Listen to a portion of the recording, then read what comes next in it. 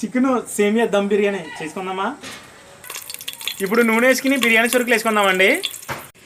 ఇప్పుడు ఉల్లిపాయలు, టమాటీ, పచ్చిమిరపకాయలు వేసి బాగా ఫ్రై చేసుకుందామండి. ఇప్పుడైతే చికెన్ వేసుకుందామండి. ఇప్పుడైతే అల్లం వెల్లుల్లి పేస్ట్ చేసుకుందామండి.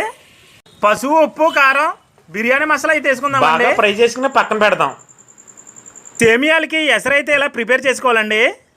ఇప్పుడు ఇందులో ఉప్పు, నిమ్మకాయ, అల్లం వెల్లుల్లి పేస్టు, నూనె వేసుకోవాలండి.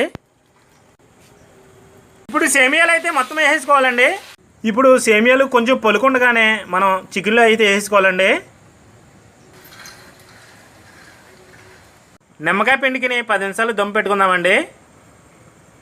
ఇప్పుడు రెడీ అయిపోయింది కదా చికెన్ సేమియా దమ్ బిర్యానీ.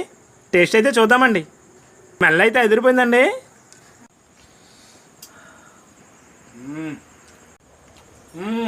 Super taste.